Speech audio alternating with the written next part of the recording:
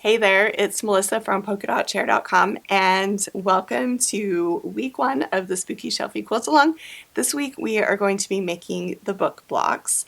There are 7 different book blocks in the quilt, and there are 5 book blocks and 2 book blocks and ones with different arrangements. So the book blocks, the alliteration of that is just going to get me by the end of this video. The book blocks are the same, but I wrote the pattern with each individual book block listed so that you could specifically pick out the fabrics that you wanted in your book block. So for example, this book block here that we're looking at, this one gives you an opportunity to fussy cut part of the book here and here. You could even probably fussy cut down there if you wanted to. And some of the book blocks, like this one, which also gives you another opportunity to fussy cut, lay on their side. And I wanted you, as you sewed your quilt, to be able to know which direction to cut your fabric. So that, because if it's my quilt and this is supposed to be a real book, I want the fabric to run the correct direction. So that is why I wrote the pattern that way, so that you can look at each little book block in this quilt as its own individual story and choose the portions of your fabric that you want to show in that particular book spine. Today I'll walk you through just the very simple steps of creating the 2 book block. 5 book block, same process, but just trying to keep this brief because it's pretty simple sewing. If you have followed me before, you know that I have a little bit of a different setup than normal here. I am trying to video while I'm sewing and looking at you. So we'll see how this works. Next week we may go back to only the hands down only, but you know, here's for trying new things. So cross your fingers, we'll see how it goes. So I'm going to move this quilt out of the way and then we'll go ahead and get started sewing. Alright, so I am sewing from the purchased pattern. And one thing that I didn't mention in the last video is that the cutting directions for each of the blocks are listed individually. So here you can see book block number 1. It gives you the size of the block before finishing, and it tells you how many of that particular block there are in the quilt. So there's only one book block 1, but as we get into some of the other blocks, like the bubble block and stuff, there are multiples of that block. So first thing, it gives you the block size, and then it lists out your cutting directions for that particular block. So the reason I didn't do a master cutting layout for this quilt was that there are a lot of small pieces, and I was just worried if you had a whole bunch of 2x3 pieces of black damask fabric that by the end of making this quilt it would just be overwhelming to you to know which ones to do. So if you are somebody that prefers to cut everything out at once, just go ahead and cut out each individual block. The cutting directions are noted on the pattern with the block, and then all of your fat quarters, you have a generous amount of fabric, but there are a couple of fat quarters. Let me find them. There are a couple of fat quarters that it's a little bit tighter fit, so I do have for fabric N, fabric X, fabric M, and fabric V, I do have cutting directions listed for that. I know that on one of these for the black fabric, I was missing a couple of pieces, but you should have plenty left over. So we'll talk about that when we get to that block. So I mentioned before, we're going to make one of the 2 book blocks today. You've also got full color layouts of how the blocks go together in the end. Alright, so we're going to make book block number 7 today. Just as an example, but you know, you start at number 1 if that's what you want to do. Okay, so here we have book block number 7, and I have cut all of my pieces out. One of the things that I love to do when I So blocks like this is, I like these little pads from Riley Blake. I will link them in the video, and I'll just have multiple of them and I'll stack them on top of each other. So now I know these are all of the pieces that I need to make this block, and I've gone ahead and pre-cut them.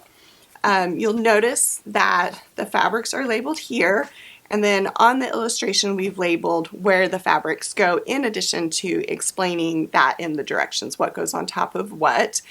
This will help you when you're cutting. So like fabric P, which is one of the little, bookbinding strips on that block, if you wanted to fussy cut, then you know what it looks like and kind of what you're going for as far as fussy cutting goes. If you're not sure what I mean by fussy cutting just means to pick a specific part of the fabric that you want, so you can kind of, it's like, think about like putting a picture in a frame. You want like the face or whatever it is you're framing to show. So that's what fussy cutting is. It's just, instead of just cutting the fabric as it comes, you're making specific conscious decisions about where to cut your fabric. So we're going to begin sewing block number 7, and I need my glasses so I can see what we're sewing. And I have pulled my iron over here as well so that you can kind of see how I press as well. All right, so I'm going to set this aside, and we're going to begin by sewing fabric LTL and vintage white together. So let me lay this out. So we've got fabric L, fabric L, fabric T, fabric L, and then the vintage white piece. So we're just going to sew all of these together.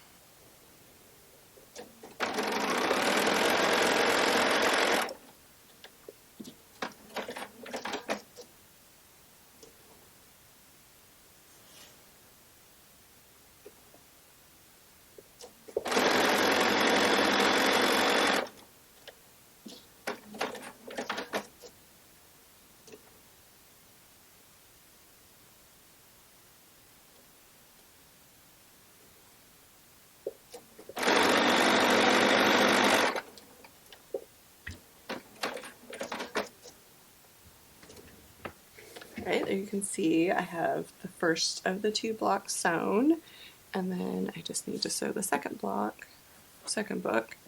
That's pretty straightforward. Just want to make sure that all your fabrics are facing the correct direction if you're working with directional fabrics like the Potion fabrics.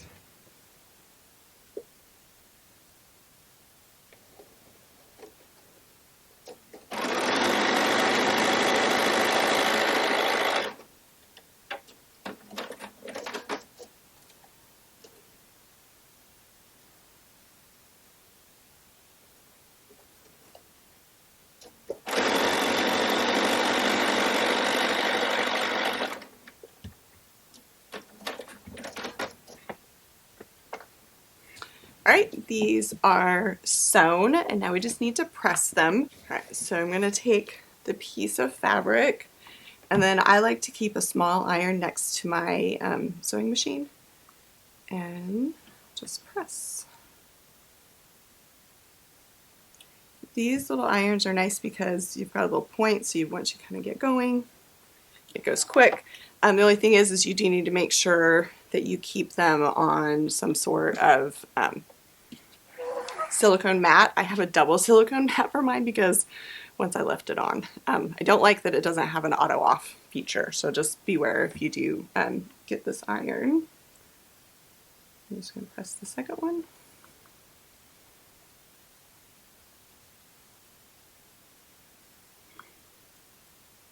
I also think pressing the seams open on these, it just keeps things from getting distorted. Sometimes they're a little hard to get going, especially when you're in video. All right, so those are pressed. And then all you need to do is sew these 2 pieces together. Use a couple of pins to pin them.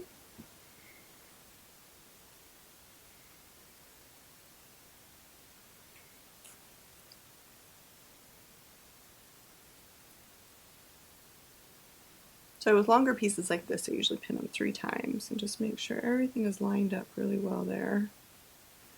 Pieces are straight. And take it to your machine and sew.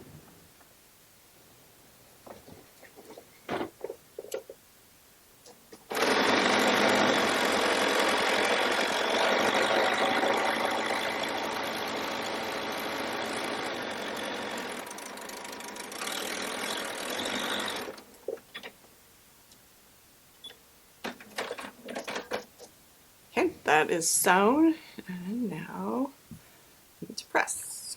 And I'm working, the reason I'm having a hard time is this, the iron's on the opposite side when I'm filming than when I work just by myself. Get that started.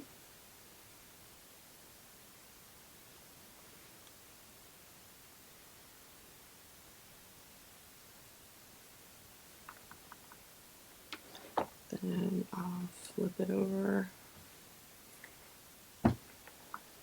Give it a press. That